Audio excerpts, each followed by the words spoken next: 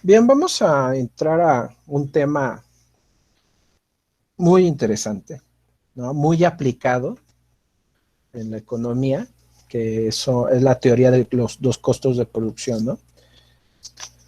Eh, Como antecedente, ¿no? Algo importante que todas las personas, ¿no?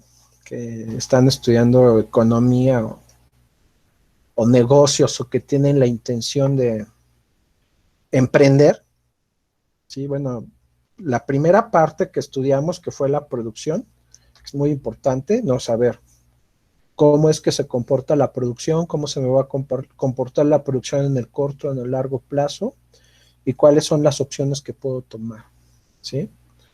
Y el otro lado es cuánto me va a costar, ¿sí? Cuánto me va a costar producir y la elección que tengo que tomar para ese nivel de producción, ¿no? La elección que debo de tomar de nivel de producto y los costos que me va a generar esa producción, ¿no? Porque finalmente eh, esa diferencia entre los ingresos totales y los costos totales me va a generar mi beneficio, ¿no?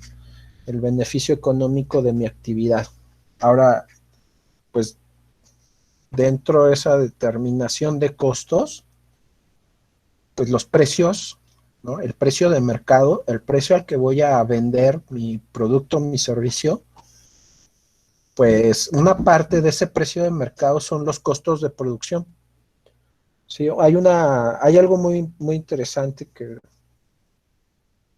bueno, que explico, a mí me gusta explicarlo, ¿no? O sea, los precios tienen dos componentes. Todos los precios del mercado tienen dos componentes. Uno, son uno de esos componentes son los costos de producción y el otro componente es la tasa de ganancia, ¿sí? O sea, el precio que yo le ponga a mi bien o servicio, en principio, pues tiene que cubrir los costos de producción y cubrir mis expectativas, mi tasa de ganancia, ¿no? O sea, cuánto de valor agregado, ¿no? Estoy pretendiendo rescatar de esa inversión, de ese gasto, ¿sí?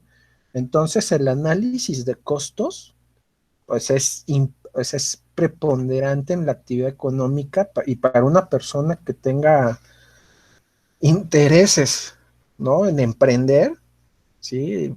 Producir un bien o prestar un servicio, conocer sus costos de producción y cómo asignarlos eh, en sus precios de mercado, ¿no? La tasa de ganancia ya o sea, la decide el empresario en función, bueno, pues de la, digamos, pues de la calidad que está ofreciendo, ¿no? Bien, entonces, esa es una parte nada más, ¿no? O sea, de cómo definir la tasa de ganancia, ¿no? Bien, pues vamos a empezar. Igual que que en la teoría de la producción que vimos la semana pasada, pues la determinación de los costos tiene dos visiones, que son los costos a corto plazo y los costos de largo plazo. Recordemos, ¿no? Cómo es que los economistas definen el corto y el largo plazo, ¿no? Para los economistas, el, en el corto plazo solamente es variable un factor de la producción y ese factor de la producción es el trabajo, ¿sí? En el corto plazo, el trabajo puede ser removido, ¿no? En función del plan económico del empresario. Y en el largo plazo, todos los factores de la producción pueden variar. En esta teoría y en el análisis que estamos realizando, suponemos únicamente dos factores de la producción, ¿no? Que son trabajo y capital. Entonces, en el largo plazo, tanto trabajo como capital pueden ser variables. ¿Okay? Entonces, bueno, pues los costos de una empresa pues nos van a decir cuánto le cuesta producir al empresario una determinada cantidad de ese producto y bueno, dependiendo si es de corto o largo plazo, pues tendrá distintas formas su función de costos de producción. Estas funciones de costos de producción, o sea, el economista, el actuario, ¿no? Las pueden estimar con métodos econométricos, ¿no? Sí, esto es muy aplicado y se puede realizar, ¿no? Bien, en principio, o sea, el costo de producción pues va a ser una función de la cantidad producida, ¿no? Pero sabemos que la cantidad producida, que es una función de producción, está determinada o está en función de los factores de la producción, ¿no? Que son, en este caso que es corto plazo, pues el único factor de la producción que va a estar inmiscuido ahí es el trabajo. Bien, entonces, bueno, eh, elementos que debemos tomar en cuenta primero, o sea que ahora vamos a tener una función de costos. A esa función de costos le vamos a llamar costo total. Y el costo total va a tener dos componentes. El costo fijo, que va a estar determinado por los costos del capital, más los costos variables, que van a estar determinados por los costos del factor trabajo. Cada uno de estos factores de la producción tiene asociado un precio. O sea, finalmente, pues, como factores de la producción, pues también son bienes, ¿no? Que se requieren para llevar a cabo un proceso productivo. Entonces, en el mercado tienen un precio. El capital, bueno, es el tipo de interés, pero también puede, o sea, también le llamamos rendimiento del capital, ¿no? Y por el lado del trabajo, los salarios, el salario del trabajo. El capital como unidad física, o sea, puede estar medido así en unidades, ¿no? O sea, un tractor, una camioneta, un edificio, ¿no? Y que eso es importante, ¿no? O sea, recordar que los bienes de capital son aquellos bienes que se utilizan en más de un proceso productivo y que lo que hacen es transferirle valor a los productos finales, ¿sí? ¿Y cómo transfieren ese valor? Bueno, a través de la interacción de la fuerza de trabajo, ¿no? Que es el trabajo L, y los insumos que el productor utiliza para producir ese bien final. ¿Ok? Y bueno, por el otro lado, pues está el salario y el trabajo. El trabajo puede ser medido en horas, puestos de trabajo, personal ocupado. Eso son cosas distintas, ¿no? Por ejemplo, los puestos de trabajo y el personal ocupado. ¿Qué es lo que sucede a veces en algunas actividades económicas? Por ejemplo, hay gente que trabaja por un tiempo determinado, ¿no? Puede trabajar 4 horas, 2 horas, ¿no? O hacer traducciones, ¿no? Dedicarse a hacer traducciones y eso no tiene un tiempo de trabajo determinado. Entonces, para poder obtener una equivalencia, digamos, entre el tiempo de trabajo destinado, ¿no? Que realiza la persona a un puesto de trabajo o a una persona ocupada, pues se utilizan una jornada de trabajo, ¿no? Entonces podemos decir que cada 8 horas de trabajo utilizadas equivalen a un puesto de trabajo y que ese puesto de trabajo equivale a una persona ocupada. Pongo un ejemplo, ¿no? También de la vida real. En el sector agropecuario, nosotros nos encontramos con que existen los jornales, ¿no? Los jornales de trabajo.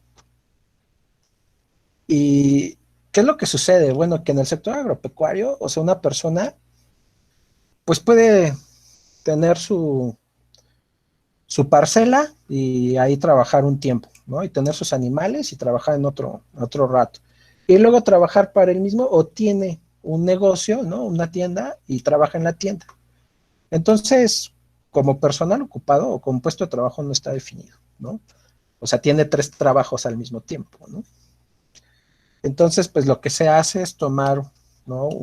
El tiempo que le dedica al trabajo y una equivalencia en jornales, y esa equivalencia en jornales, convertirla a puestos de trabajo, ¿no? pueden ser 8 jornales equivalentes a un puesto de trabajo y un puesto de trabajo equivalente a una persona ocupada. Sí, bueno, son cosas que ya cuando está uno en la práctica, pues hay que hacer esas conversiones, ¿no? Para poder calcular los requerimientos de trabajo.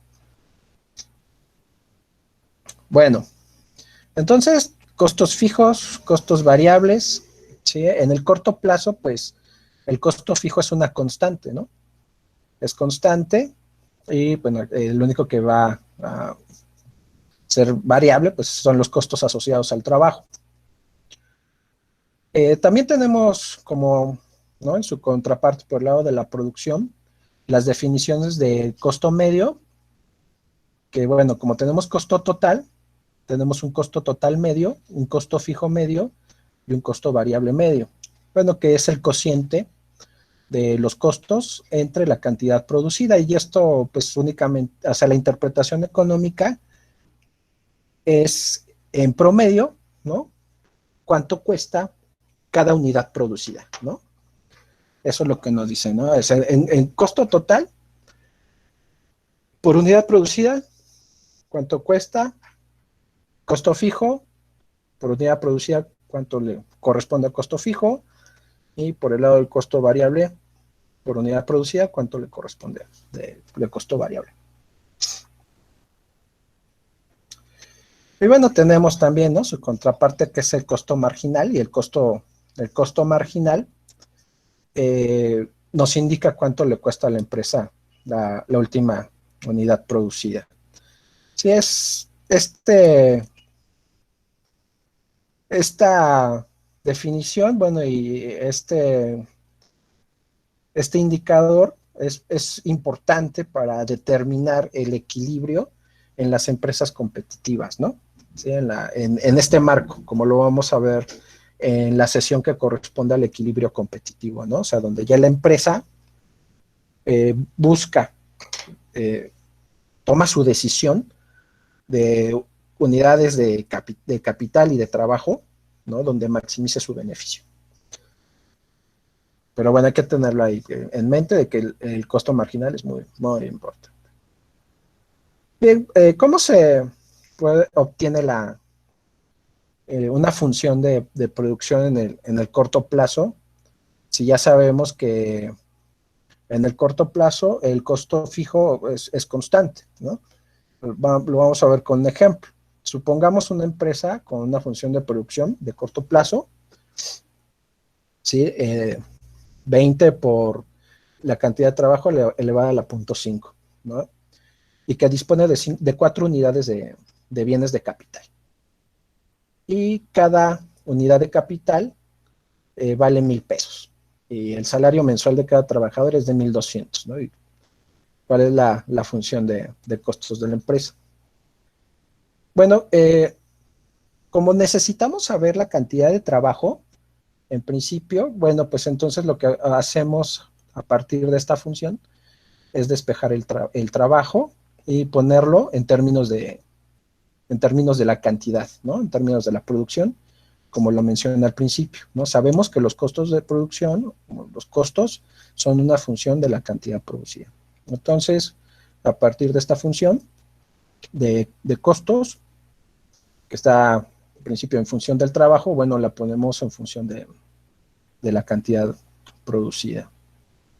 Bueno, posteriormente añadimos los costos fijos, ¿sí? Nos dice el enunciado que son 4 unidades de bienes de capital a 1,000 pesos cada una. Entonces, 4 por 1,000, pues 4,000, le sumo sus costos fijos más los costos variables, ¿no? Y los costos variables están multiplicados ya por el salario, ¿no? El salario de 1,200, ¿ok? Entonces, 1,200 entre 400 me da 3. Y esta función de costos es una función de costos de corto plazo, ¿sí? Acá, ¿no? El ejemplo continúa con, o sea, si Q, ¿no? Si producimos solamente una unidad de Q, ¿no? De cantidad del bien que está acá, pues el costo total es de 4,003 pesos, ¿no? Si son 10 unidades, son 4,300 pesos el costo total. sería en el corto plazo. ¿Vale? Entonces, para llegar a una función de producción de corto plazo, bueno, pues tenemos que saber, en principio, la función en términos del trabajo que se necesita, ¿no? Y posteriormente hacer esta función en términos de la cantidad producida y añadir el costo fijo.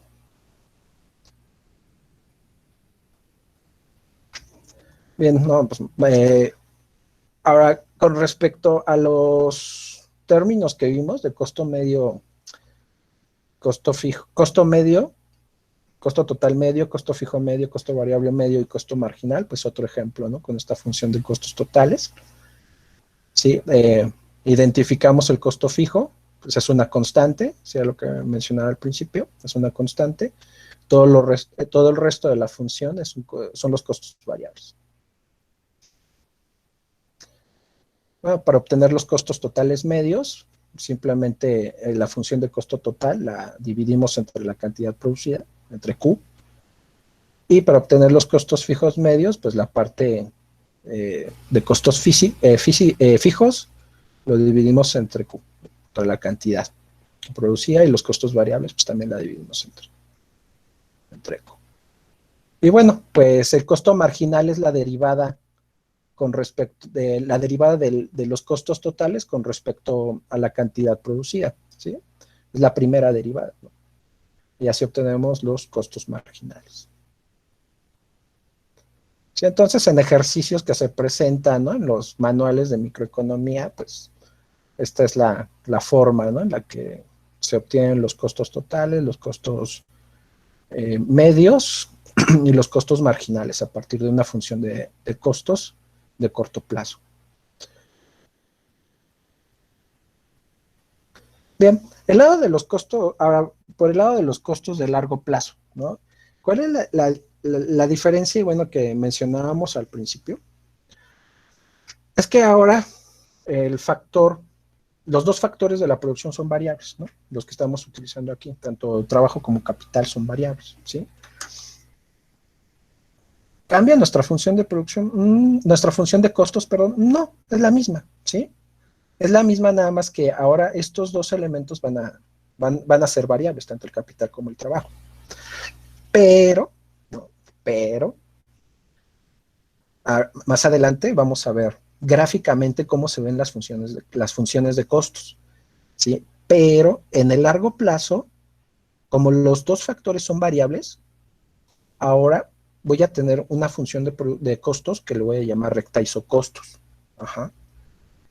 En la clase anterior, que vimos las curvas isocuantas, que son las combinaciones de factores de la producción que generan cierto nivel de producto, ajá, y decíamos, bueno, pues el objetivo del productor es encontrar las combinaciones de factores de la producción que maximicen su beneficio, dados los precios de los factores de la producción, ¿no?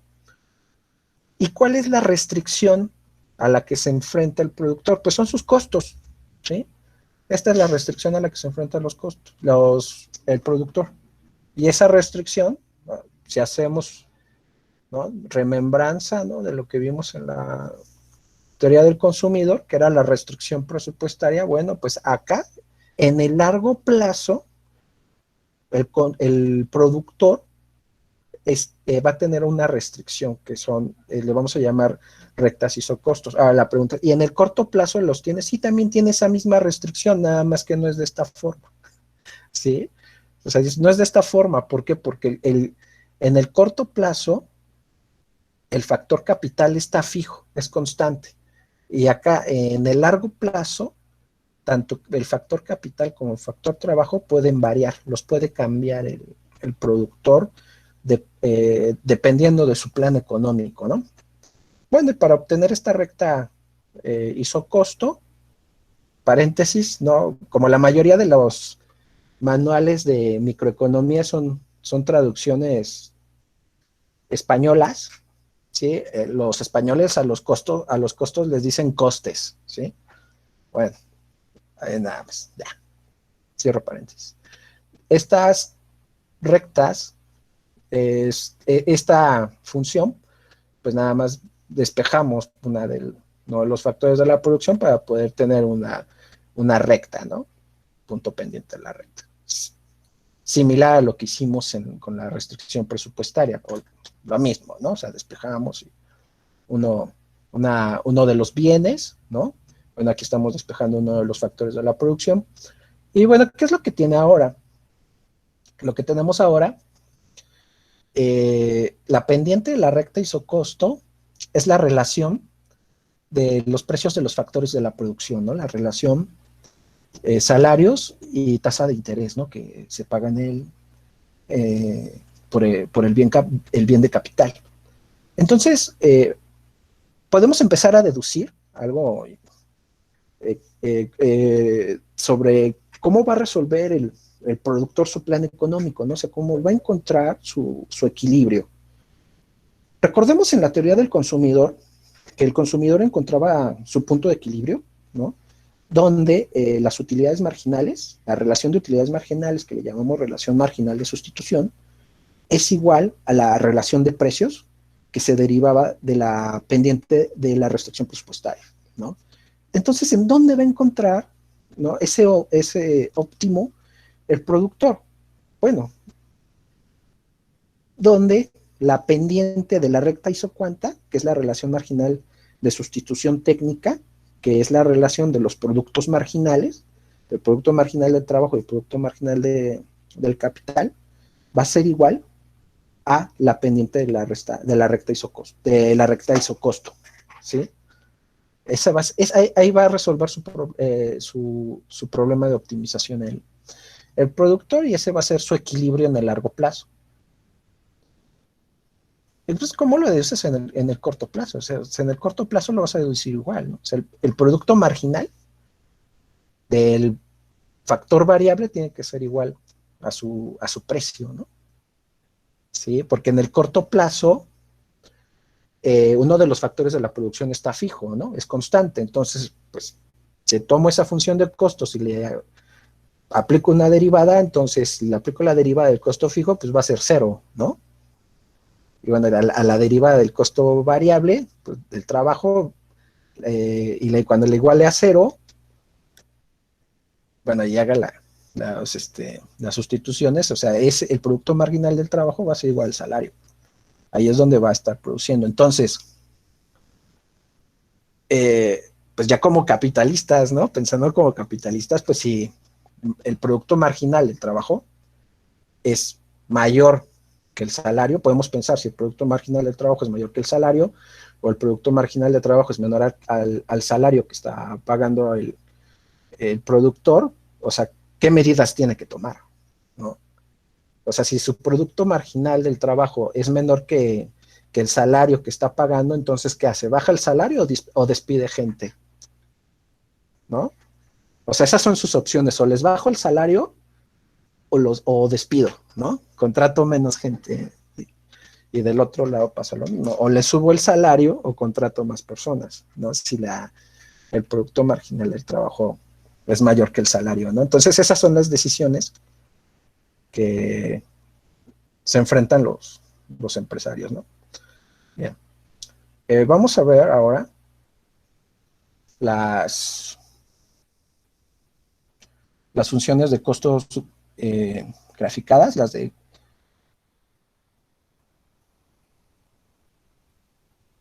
cómo son.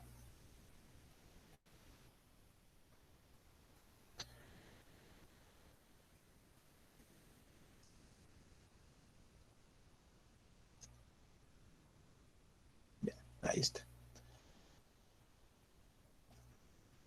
Cuando graficamos nuestras funciones de costos, estas toman una forma de U. Todas toman forma de U.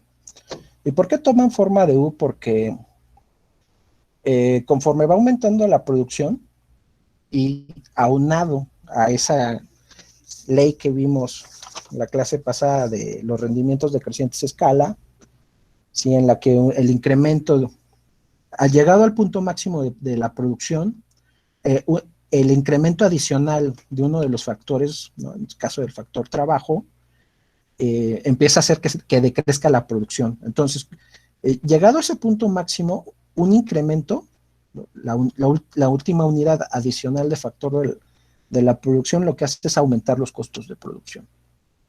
¿Sí? Por eso tienen esta forma de U. ¿Sí? Le voy aumentando, entonces llega a este punto, ¿no? Este punto es en el que la producción va a ser la máxima, ¿no? ¿Sí?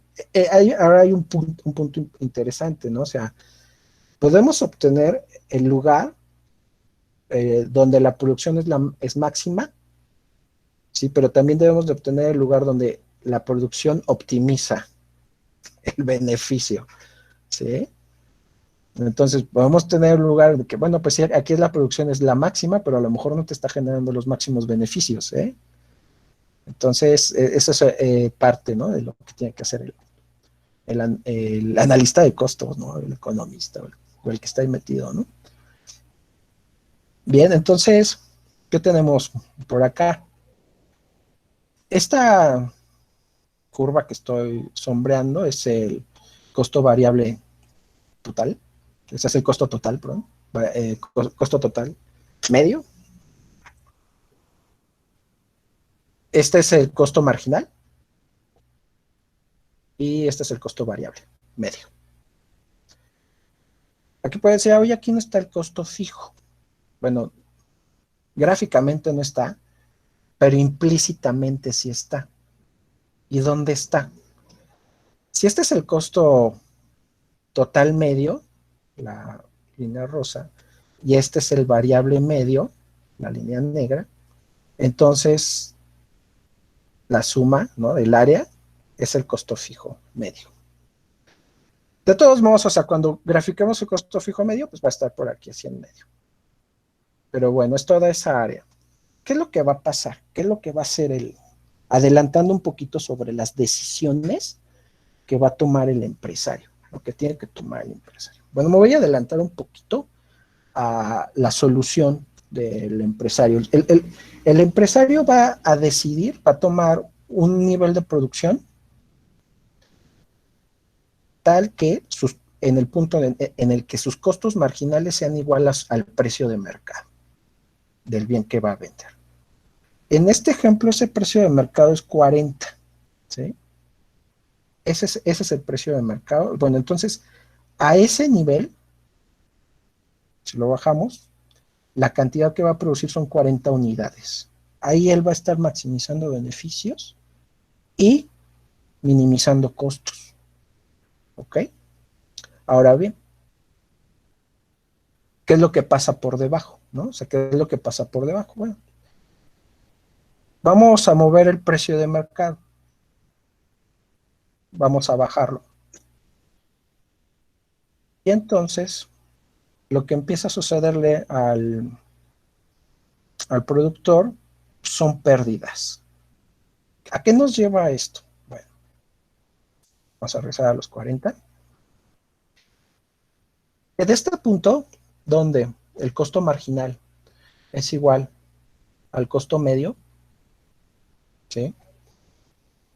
De aquí para arriba, el productor está dispuesto a ofrecer estas cantidades.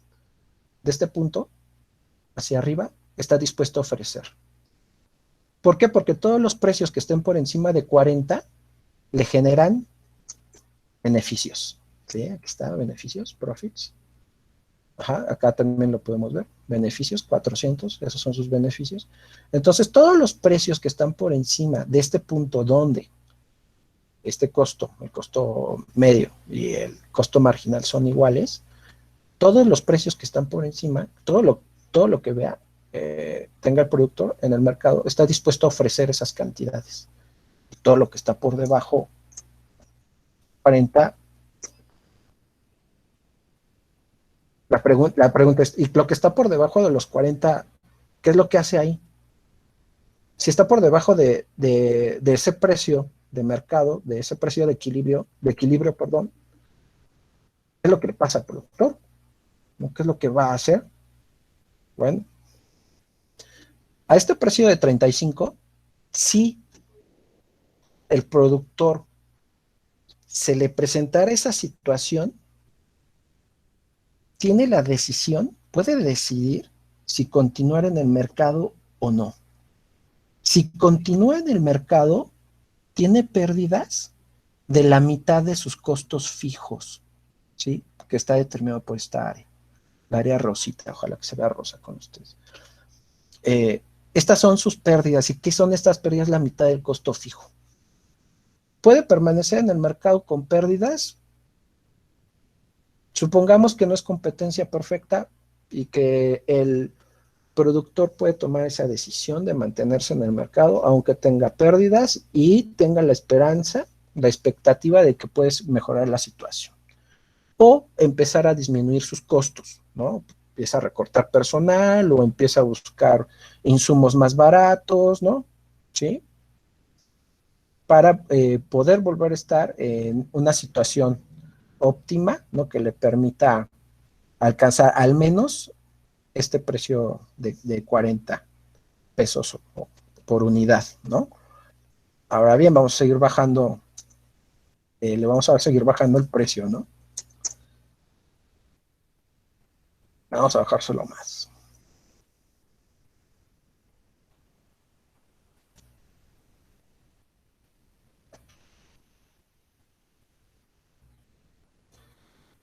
Es donde sirven los botones.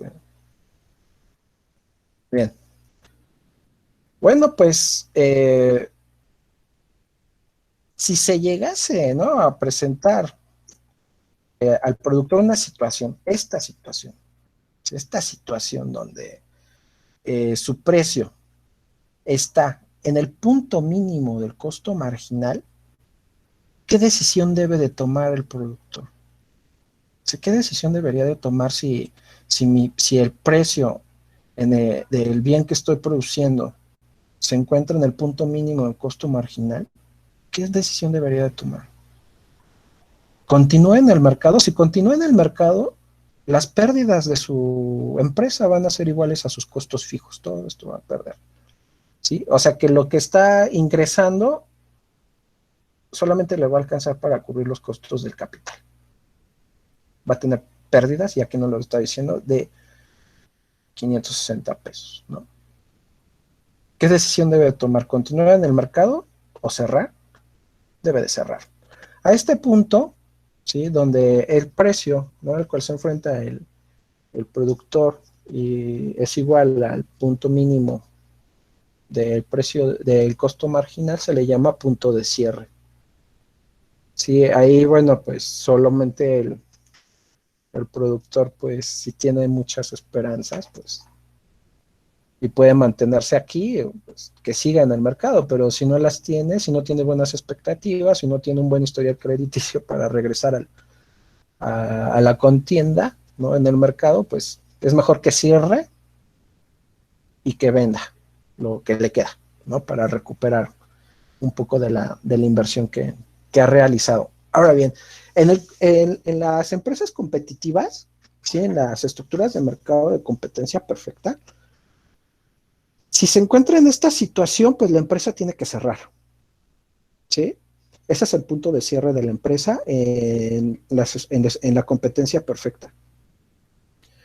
En el monopolio, ¿no? Que ese es el tema dentro de 2 o 3 semanas, pero bueno, o sea, en el monopolio, ¿qué pasa? En el monopolio y en el monopolio natural, en el monopolio en el que solo hay una única empresa que vende solo ese bien y que es la empresa que se dedica, ¿no? a fijar tanto el precio como la cantidad. Sí, o sea, en esa estructura de mercado, y si ese monopolio se ve amenazado, ¿no? Por otra empresa y para mantener su participación de mercado, esa estructura de mercado sí opera con este escenario. O sea, sí puede operar con precios eh, pero por muy debajo del punto mínimo de los costos marginales. O sea que los monopolios pueden operar con pérdidas, ¿no? Bueno, pues podemos ver ejemplos. Pero bueno, en México tenemos un ejemplo, ¿no? Pemex es así, ¿no? O sea, Pemex está trabajando con grandes pérdidas, ¿no? ¿Sí? Sigue siendo un monopolio en muchos aspectos y se da esas, puede hacer eso, ¿no? Bueno, entonces, y ese es el caso, o sea, hablamos, cuando son monopolios, se les llaman monopolios naturales, ¿sí? Que es en los monopolios naturales, la definición que son empresas paraestatales, ¿sí? Son empresas creadas por el Estado. Ellos fijan los precios y fijan las cantidades, y esas empresas pueden trabajar en estos términos, ¿no? En el caso de la competencia perfecta, es el punto de cierre. Se va, cierra, y lo que le queda lo vende y se va.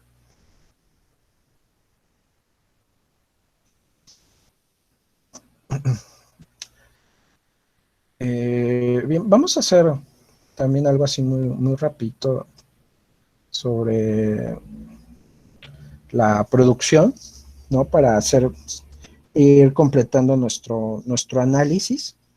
Y lo que vamos a hacer es el comportamiento, ¿no? En el corto plazo y cómo funciona la producción. Bueno, vamos a hacer un ejemplo. Vamos a calcular, al menos hasta aquí,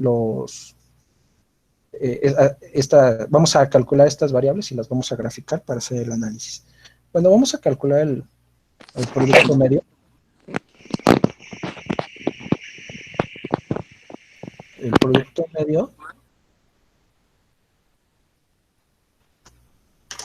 ¿sí? Vamos a calcular el producto medio. Dijimos que el producto medio del trabajo, a ver, para acá, porque 0 entre 0 pues va a ser va a estar indeterminada por la función de Excel, ¿no?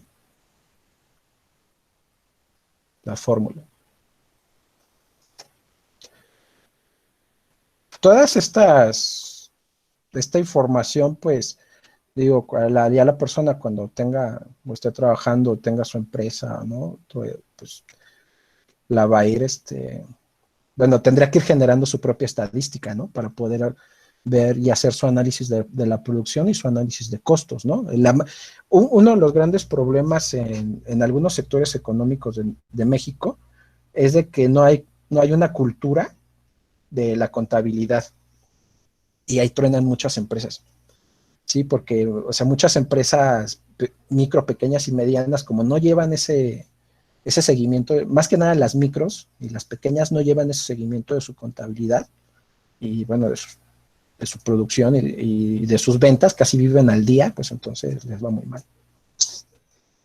No saben cómo planificar. Bueno, ahora vamos a obtener el producto marginal del trabajo, que es la cantidad del periodo, ¿no? Del momento que estamos midiendo, menos la cantidad del periodo anterior. Y por el lado del trabajo hacemos lo mismo. Esto es un cociente y es de esta forma.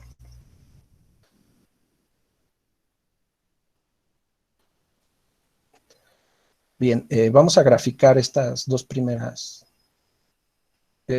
partes. Esta primera parte vamos a graficar la función de producción. Bueno, la producción. Solamente hay un factor de la producción variable. Aquí podemos ver que el capital está fijo. Son 2 unidades nada más. El precio del capital, bueno, pues son 2 pesos, ¿no? O lo que quieran por unidad y 10 pesos por unidad de trabajo. Entonces vamos a graficar esta parte.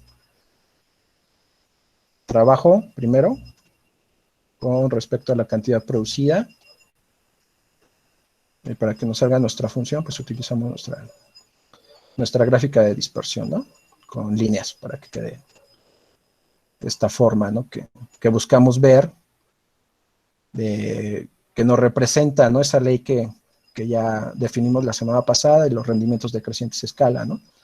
Conforme voy aumentando el factor de la producción, la producción hay un tramo donde crece, hay un punto de inflexión, llega a un punto máximo y empieza a decrecer la producción conforme voy aumentando el factor variable de la producción.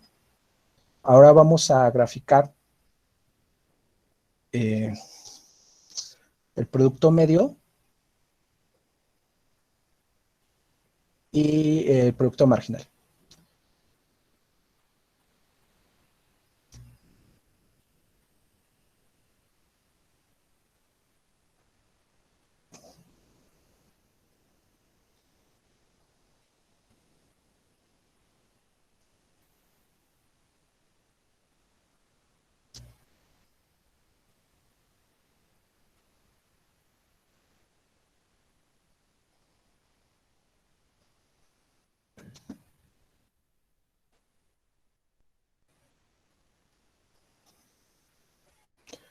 Los tenemos. Vamos a ponerlo aquí abajo.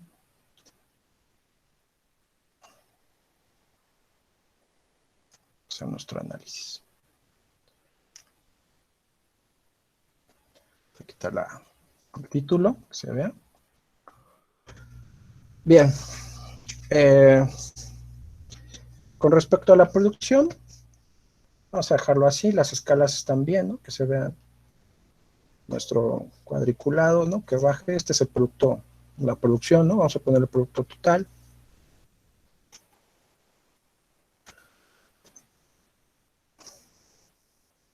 Producto total. Bien, producto total. Aquí ya sabemos que esto es el producto marginal, la línea gris, y la línea naranja es el producto medio del trabajo. ¿Qué es lo que pasa? Como platicaba hace rato, hay un segmento de crecimiento, ¿sí? Va creciendo la producción conforme voy incrementando, ¿no? Las unidades del factor variable. Y llega un punto de inflexión, ¿no?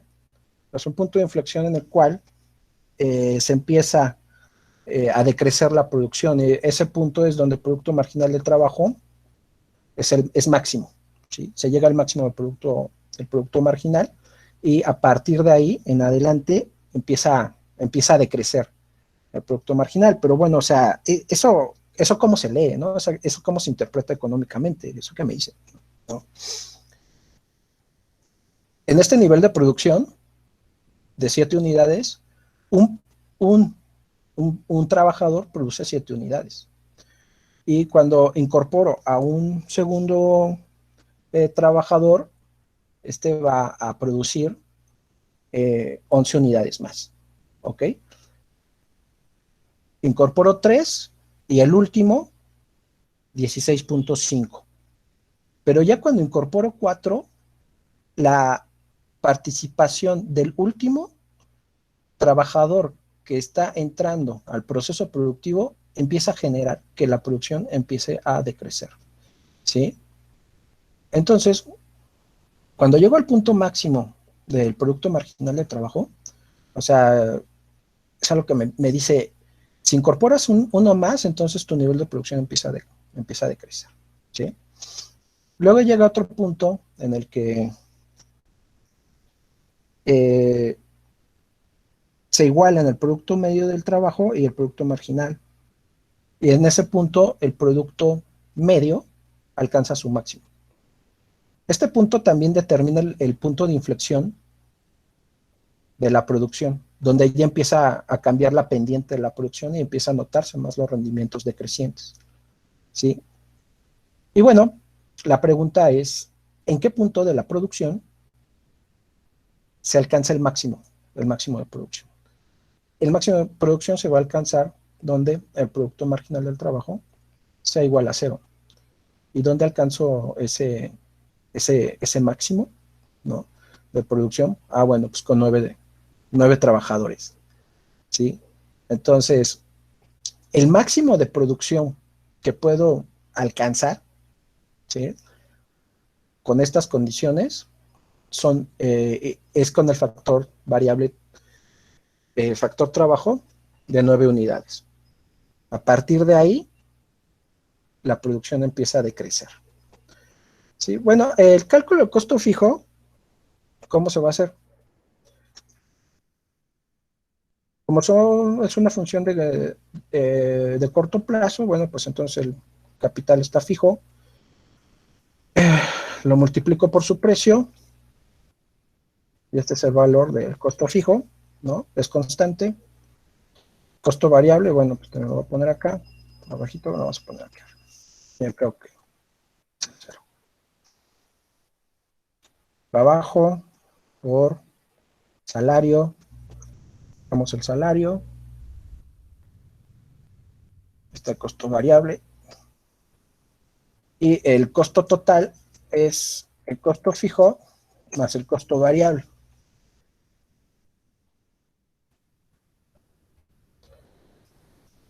Están nuestros costos totales. El costo variable medio, esto pues no lo voy a dividir porque se va a hacer cero, entonces me lo salto, lo voy a hacer acá abajo. Es el costo variable entre la cantidad producida. O sea que cuando tengo un trabajador, cada unidad de producto que estoy generando me cuesta 1.4 pesos.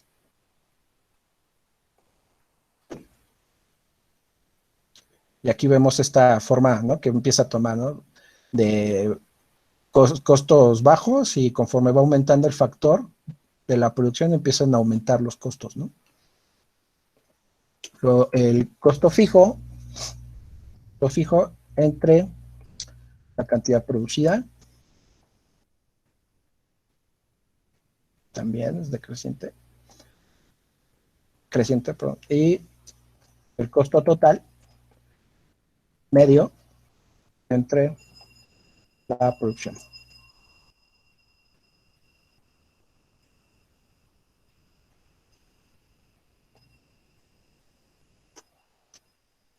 A los costos marginales, hay dos formas de calcular los costos marginales. Uno es que es la variación de los costos totales, y otra forma es el costo del trabajo. Ya vimos que el costo del trabajo finalmente va a ser el costo en el cual va a elegir el empresario. Lo vamos a ver en 2 o 3 semanas más. Pero bueno, entre el producto marginal del trabajo.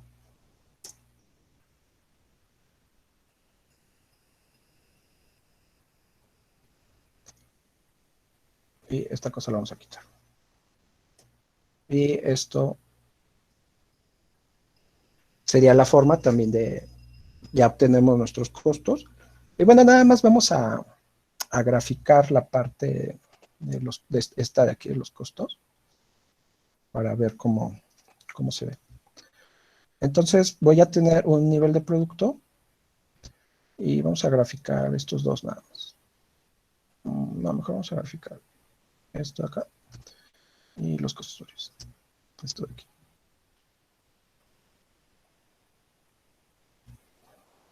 Aquí para que se vea la forma de U.